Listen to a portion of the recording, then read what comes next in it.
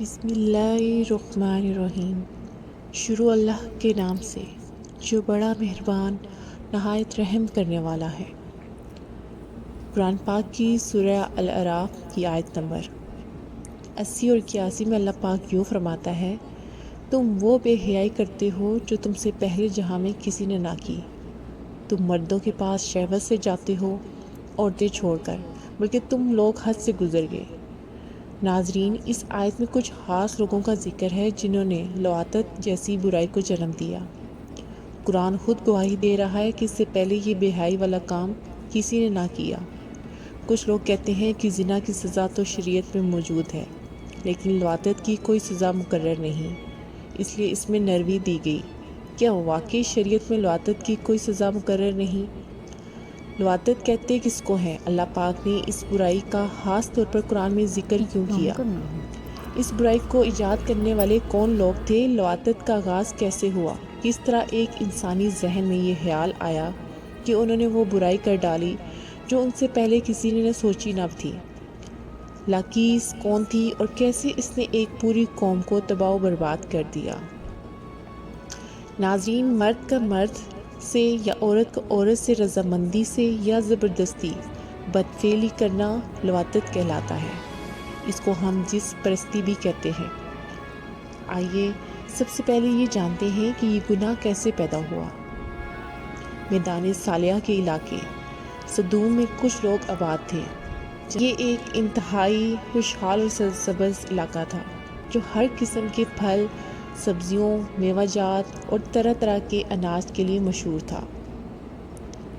سدوم کا علاقہ اپنی خوبصورتی میں بھی ایک منفرد مقام رکھتا تھا۔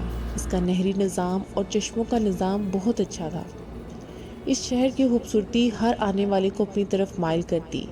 یہی وجہ تھی کہ ارد گرد کے شہروں کے لوگ اس علاقے میں سیر و تفریح کے لیے آتے۔ پہل تو سدوم کے لوگ مہر نوازی میں کسی سے کم نہ تھے۔ لوگ یہاں آ کر سیر و تفریح کرتے اور طرح طرح کے کھانے کھا کر جاتے۔ پھر آہستہ آہستہ یہ لوگ خشک دل ہوتے گئے اور لوگوں کو یہاں آنے سے روکنے لگے۔ انہوں نے ہر طرح کی کوشش کرنی شروع کر دی کہ دوسرے شہروں کے لوگوں کو یہاں آنے سے کیسے روکا جائے، لیکن ان کی سمجھ میں یہ نہ آتا کہ آخر کون سا ایسا کام کیا جائے دوسرے شہروں اور ملکوں سے لوگ ہمارے علاقے میں آنا بند ہو جائیں اور ہم اپنی زندگی اپنوں میں اچھی طرح گزار سکیں۔ ایک دن ایسا ہوا کہ شیطان ایک بزرگ کی شکل میں ظاہر ہوا اور کہنے لگا کہ میرے پاس ان کو بھگانے کی تدبیر ہے۔ اگر تم میری بات پر عمل کرو گے تو یہ لوگ تمہارے پاس کبھی بھی آنے کا سوچیں گے نہیں۔ سب نے اس شیطان کی بات پر لبیک کہا اور اس شیطان کی ہر بات کو ماننے پر راضی ہو گئے۔ شیطان نے کہا کہ اب جو بھی دوسرے شہروں سے آدمی تمہارے پاس مہمان بن کر آئے تو تم اس کے ساتھ بدفعلی کرنا تو وہ بھاگ جائے گا۔ شروع میں تو یہ بات سن کر سب حیران ہوئے، پھر اس شرط پر مان گئے کہ ایک دفعہ ایسا کر کے دیکھ لیتے ہیں، ہو سکتا ہے واقعی لوگ ہمارے علاقے کا رخ کرنا چھوڑ دیں۔ چند دن گزرنے کے بعد شیطان ایک حسین و جمیل لڑکے کی صورت میں مہمان بن کر سدوم کے لوگوں کے پاس آیا۔ سدوم کے لوگوں نے اتنا حسین و جمیل لڑکا پہلے کبھی نہ دیکھا تھا۔ اتنا حسین و جمیل لڑکا دیکھ کر سدوم کے شہر کے نامی گرامی اور امیر ترین لوگوں نے اس لڑکے کے ساتھ بدفعلی کی۔ اس دن کے بعد جب بھی کوئی مہمان سدوم کے شہر میں سیر و تفریح کے لیے آتا تو یہ لوگ اس کے ساتھ بدفعلی کرتے۔ اس طرح شیطان نے ان لوگوں کو ایسے برے کام کی طرف لگا دیا۔ پھر سدوم کے لوگوں کو بدفعلی کا چسکا پڑ گیا۔ جب کوئی مہمان آتا تو یہ لوگ اس کے ساتھ ایک ہی وقت میں کافی لوگ بدفعلی کرتے۔ جب کوئی مہمان نہ ہوتا تو یہ لوگ آپس میں ہی ایسا گناہ کرتے۔ شیطان نے ان لوگوں کے درمیان ایسی عادت ڈالی کہ وہ اس بری حرکت سے باز آنے کا نام نہ لیتے۔ جب ان لوگوں نے آپس میں ہی ایک دوسرے کے ساتھ بدفعلیاں کرنا شروع کر دیں تو سدوم، گمورہ اور آس پاس کی آبادیوں میں عورت کے ساتھ شادیاں کرنا بالکل ہی بند کر دیں۔ ان علاقوں میں مرد ایک دوسرے مرد کو محبوبہ بنا کر ان کے ساتھ بدفعلیاں کرتے۔ ان میں کئی محفلیں رکھی جاتی جن محفلوں میں بے شمار مرد اکٹھے ہوتے جو آپس میں ایک دوسرے کے ساتھ بدفعلی کرتے۔ جب مرد دوسرے مرد کے ساتھ بدفعلی کر کے اپنی ہوس مٹا لیا کرتے تو یہاں کی عورتوں کی طرف کوئی بھی مرد اپنی جنسی خواہش پوری کرنے کے لیے نہ جاتا۔ تو ان عورتوں کی پریشانیاں دن بدن بڑھنے لگیں۔ ان کے شوہر اپنی بیویوں کے ساتھ ہم بستری کرنا تو دور کی بات، وہ ان کی طرف دیکھنا بھی پسند نہیں کرتے۔ چنانچہ ان عورتوں کی اس مشکل کا حل نکالنے کے لیے ابلیس نے سدوم اور گمورہ کے لوگوں کے پاس اپنی بیٹی لاکیس کو بھیجا۔ جب شیطان کی بیٹی لاکیس اس شہر میں آئی تو اس نے یہاں کی عورتوں کے ساتھ رونے کا بہانہ کرتے ہوئے اس شہر میں داخل ہو گئی۔ یہ شیطان کی بیٹی لاکیس بہت ہی حسین و جمیل اور بہت ہی امیر بن کر شہر والوں عورتوں کے سامنے حاضر ہوئی۔ لاکیس نے کہا، میں ابھی جوان ہوں، میرا شوہر کسی لڑکے کے عشق میں مجھے چھوڑ کر چلا گیا، میری تو زندگی ہی برباد ہوگی۔ سدوم اور گمورہ کی عورتوں نے جب لاکیس کی داستان سنی تو اس کو اپنے شہر میں رہنے کی اجازت دے دی۔ لاکیس شیطان کی بیٹی نے کہا کہ اگر مردوں کو ہمارے سے جنسی خواہش کو پورا کرنے کی ضرورت نہیں، وہ آپس میں ہی جنسی ملاپ کر لیتے ہیں، تو ہمارے پاس بھی ایسے کئی طریقے ہیں جس کو استعمال میں لاتے ہوئے ہم بھی اپنی جنسی خواہشات کو پورا کر سکتے ہیں۔ لاکیس نے اس شہر کی بہت ہی پیاری اور امیر ترین عورت سے دوستی کی اور پھر اس عورت کو بدفعلی کی طرف مائل کیا، اس کے ساتھ بدفعلی کی۔ اس کے بعد لاکیس شہر کی عورتوں کے پاس گئی جن کے خاوند ان کے ساتھ ہم بستری نہیں کرتے، ان عورتوں کو بدفعلی کے طریقے سے بتائے۔ اسے یہ بدفعلی کا کام بہت ہی عام ہونے لگا۔ یہاں کی رہنے والی عورتوں میں یہ بدفعلی بہت ہی تیزی کے ساتھ پھیلنے لگی۔ اس بدفعلی میں سدوم اور گمورہ کی تمام عورتیں ایک طرف مائل ہو گئیں۔ جیسے مرد مردوں کے ساتھ بدفعلی کرتے، اس طرح اس قوموں کی عورتیں بھی سرعام ایک دوسرے سے غلط کام کرنے شروع ہو گئیں۔ جب شوہروں نے دوسری عورتوں کے ساتھ ناجائز کام شروع کر دیے، اپنی بیویوں کو دیکھا تو انہوں نے اپنی بیویوں اور بیٹیوں کو کچھ نہیں کہا، کیونکہ وہ بھی دوسرے مردوں کے ساتھ یہ گناہ کیا کرتے تھے۔ یہ ایک ایسا گناہ تھا جس نے افزائش نسل کو بڑھنے سے روکنے اور قانون کی خلاف ورزی بھی کی تھی۔ جب اس قوم میں یہ گناہ تیزی سے پھیلا تو پھر اللہ پاک اپنے پیارے نبی حضرت لوط علیہ السلام کو سدوم کے لوگوں کی طرف مبعوث فرمایا۔ انہوں نے جب یہ بدفعلی اپنی قوم میں دیکھی تو ان کو منع کرنے کے لیے ہر ممکن کوشش کی، پر یہ لوگ بدفعلی کے اتنے عادی ہو چکے تھے کہ اس عادت کو چھوڑنے کے لیے تیار نہ تھے۔ قوم لوط سے پہلے ایسا گناہ کسی قوم میں نہ پایا گیا۔ قرآن پاک میں لوط کی قوم کا ذکر 17 بار اس طرح کیا گیا ہے۔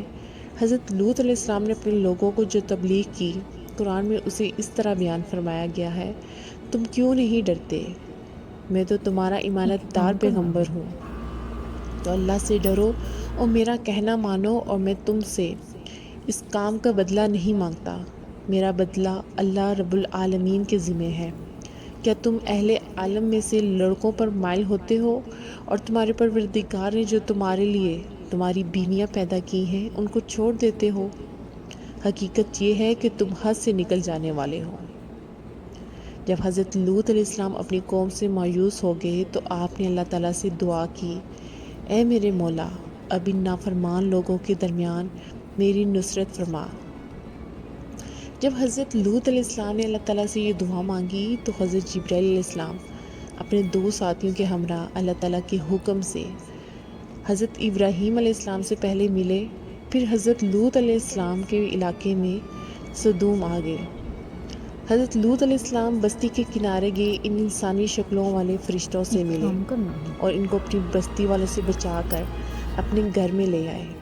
کچھ روایات میں ہیں یہ انسانی شکل کے فرشتے حضرت جبرائیل علیہ السلام، حضرت میکائیل علیہ السلام اور حضرت اسرافیل علیہ السلام تھے۔ یہ فرشتے حسین و جمیل لڑکوں کی شکل میں آئے۔ حضرت لوط علیہ السلام کی بیوی بستی والوں کا ساتھ دیتی تھی۔ اس نے یہ بات لوگوں میں پھیلا دی کہ ہمارے گھر 3 حسین و جمیل لڑکے تشریف لائے ہیں اور میرے خاوند ان کے بارے میں کسی کو نہیں بتا رہے۔ لوگوں کا یہ سننا ہی تھا کہ لوگ جمع ہو کر آپ کے گھر میں آ گئے۔ قرآن میں اللہ تعالیٰ کا فرمان ہے، جب بستی کے لوگ بھاگتے ہوئے فرشتوں کے پاس گئے، یہ لوگ تو پہلے ہی لڑکوں کے ساتھ بدفعلی کرتے تھے، جب بستی والے پاس آئے تو حضرت لوط علیہ السلام نے فرمایا، اے بستی والو، یہ میری بیٹیاں ہیں جو کہ تمہارے لیے جائز اور پاک ہیں۔ تم خدا کا خوف کھاؤ اور مجھے میرے مہمانوں سے دور نہ کرو۔ آپ لوگوں میں کوئی شائستہ بندہ نہیں؟ حضرت لوط کے یہ الفاظ سن کر بستی کے لوگ بولے، تم جانتے ہو کہ ہم لوگوں کو تمہاری لڑکیوں سے کوئی سروکار نہیں، ہماری اصل خواہش کے بارے میں تم خوب علم رکھتے ہو۔ لوط کی قوم کا یہ بیہودہ جواب سے ہم اندازہ لگا سکتے ہیں کہ وہ لڑکوں کی بدفعلی میں کس حد تک گر چکے تھے۔ جب قوم لوط حضرت لوط علیہ السلام کے گھر کی طرف آئے تو فرشتوں نے حضرت لوط علیہ السلام کو ہمت ہارتے ہوئے دیکھا تو فرمایا، اے اللہ کے پیغمبر، ہم انسان نہیں ہیں، ہم تو اللہ تعالیٰ کے حکم سے بھیجے ہوئے فرشتے ہیں۔ اس رات آپ علیہ السلام خود اور اپنے جانساروں کو لے کر اس علاقوں سے چلے جائیں، ہم اللہ تعالیٰ کے حکم سے اس بستی کو تباہ و برباد کر دیں گے۔ جب لوط علیہ السلام نے فرشتوں کی زبانی اللہ تعالیٰ کے حکم کے مطابق اس بستی کو تباہ و برباد کرنے کا سنا تو وہ اپنے خاندان کو لے کر چل پڑے۔ پھر اللہ تعالیٰ کے حکم کی تعمیل کرتے ہوئے حضرت جبرائیل علیہ السلام نے ساری بستی کو اٹھا کر آسمان پر لائے۔ جب حضرت جبرائیل علیہ السلام نے بستی کو اپنے ہاتھوں پر اٹھایا تو بستی والے چیخیں مارنے لگے۔ پھر حضرت جبرائیل علیہ السلام نے اس بستی کو زمین پر مار کر ریزہ ریزہ کر دیا۔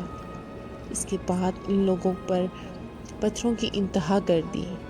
روایت میں ہے کہ ہر پتھر پر ایک آدمی کا نام لکھا ہوا تھا، وہ پتھر اس شخص کو آ کر لگتا جس شخص کا نام لکھا تھا، چاہے وہ شخص جہاں بھی موجود ہوتا تھا۔ اندازہ کیجئے دوستو، اللہ پاک نے سدوم کی سرسبز بستی کو بدبودار اور کالی جھیل میں بدل کر رکھ دیا، جس کے پانی سے کبھی بھی کسی کو فائدہ نہیں ہو سکتا۔